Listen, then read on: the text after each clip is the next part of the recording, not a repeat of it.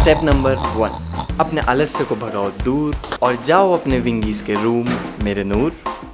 Step number 2, अगर आपके विंगीज इस हालत में हो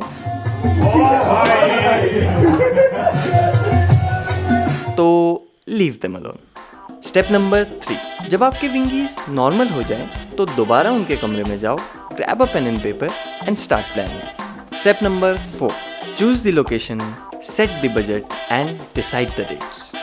step number 5, try to convince all of them, पर अगर फिर भी वो ना माने तो जस्ट टेल हिम, कोई नहीं मेरे बेटे, तू आराम से अपनी पढ़ाई कर। Step number 6, fill the outstation form, pack your luggage and you're good to go.